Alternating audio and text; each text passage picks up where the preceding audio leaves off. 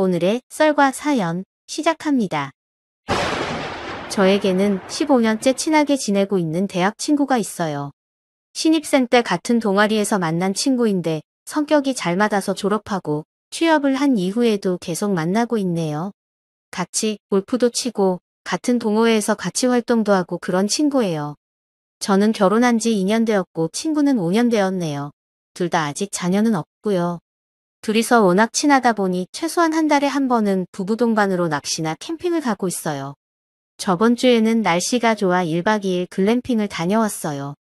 강원도 산속에 있는 글램핑장인데 깨끗하고 좋은 곳이었어요. 캠핑과 다르게 글램핑은 천막 같은 텐트가 미리 쳐져 있어서 숙박 비용만 지불하고 먹을 것만 준비해 가면 되는 곳이에요. 저희는 술과 고기를 준비했고 친구네는 음식을 준비해 왔어요. 토요일 12시에 글램핑장에 도착해서 각자 사이트에 짐을 풀고 정리한 후 곧바로 식사를 하기 위해 준비했어요. 친구 와이프는 굉장한 미모를 가지고 있는데 요리 쪽에도 감각이 있어서 놀러가면 늘 요리를 담당하고 있네요. 생닭과 해물 그리고 채소를 집에서 미리 손질해와서 깐풍기하고 양장피를 요리하더라고요. 덕분에 늘 미안한 마음과 고마운 마음을 가지고 맛있게 먹고 있네요. 식사 후에 보드게임을 하면서 벌칙으로 딱밤 때리기 하고 음악을 틀어놓고 노래 부르면서 시간을 보냈어요. 오후 무렵엔 인근 산책로로 산책을 했어요. 저수지가 잘 가꿔져 있어서 왕복 2시간 정도 소요되는 코스더라고요. 다 같이 사진 찍고 부부끼리 사진도 찍어주고 개인별로 웃긴 포즈로 사진 찍으면서 재미있다고 깔깔거리며 웃고 놀았네요. 저녁이 되자 야외 테이블에서 바베큐 삼겹살을 구워 먹기로 했어요. 오래간만에 야외에서 숯불에 고기를 구워 먹으니 너무 맛있어서 모두들 기분 좋게 술도 많이 마셨네요. 몇 시간 동안 이런저런 얘기를 나누었는데도 끝없이 얘기거리가 나오더라고요. 그만큼 술도 많이 마시게 되었고요. 일상생활이라는 게 반복이고 뻔한 얘기지만 한 달 만에 만나다 보니 할 얘기가 참 많더라고요.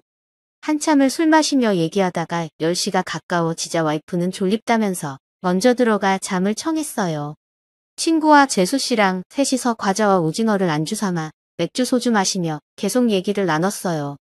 언제쯤 이세를 가질 거냐부터 회사 생활은 괜찮은지 간혹 부부 잠자리 같은 짓궂은 얘기도 하면서 이런저런 얘기를 하다 보니 어느덧 캄캄해지더라고요. 글램핑장이 산 중턱이라서 불을 끄면 캄캄하거든요.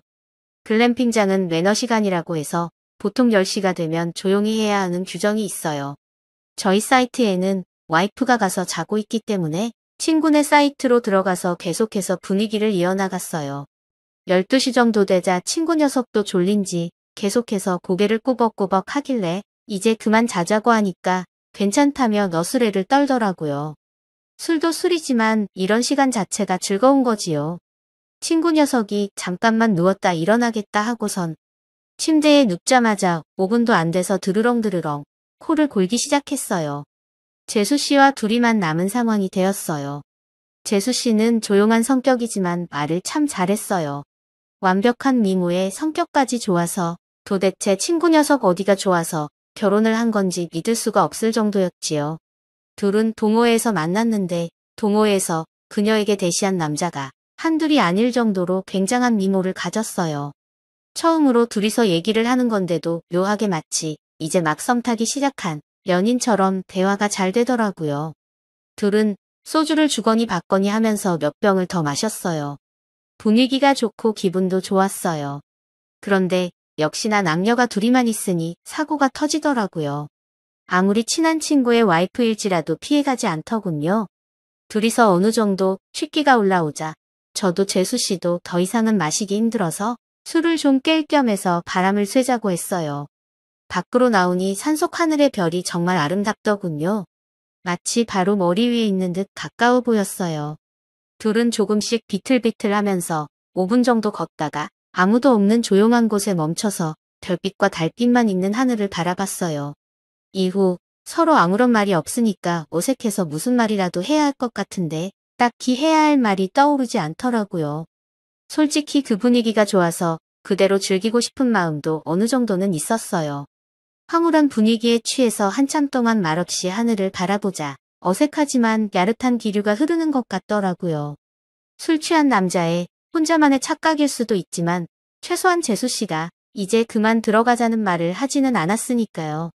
결국 재수 씨가 여자로 보이기 시작했고 맘속으로 이러면 안 돼를 외치면서도 끓어오르는 감정을 억누르는데 실패했네요.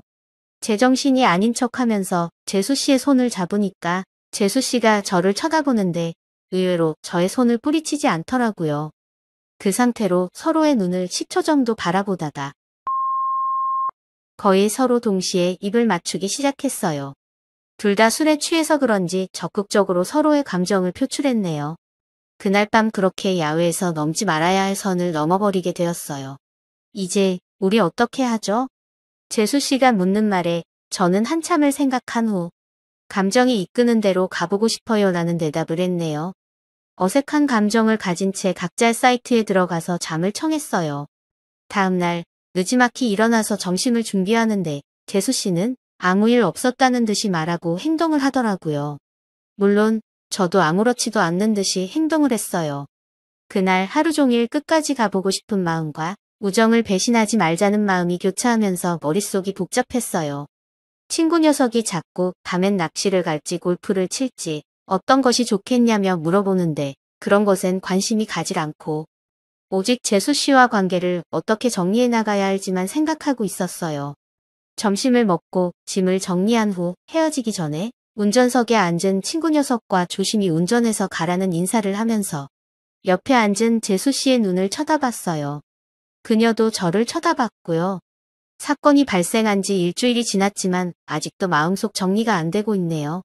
저의 이성은 실수이고 여기서 끝내라고 말하는데 감정은 그렇지가 않네요.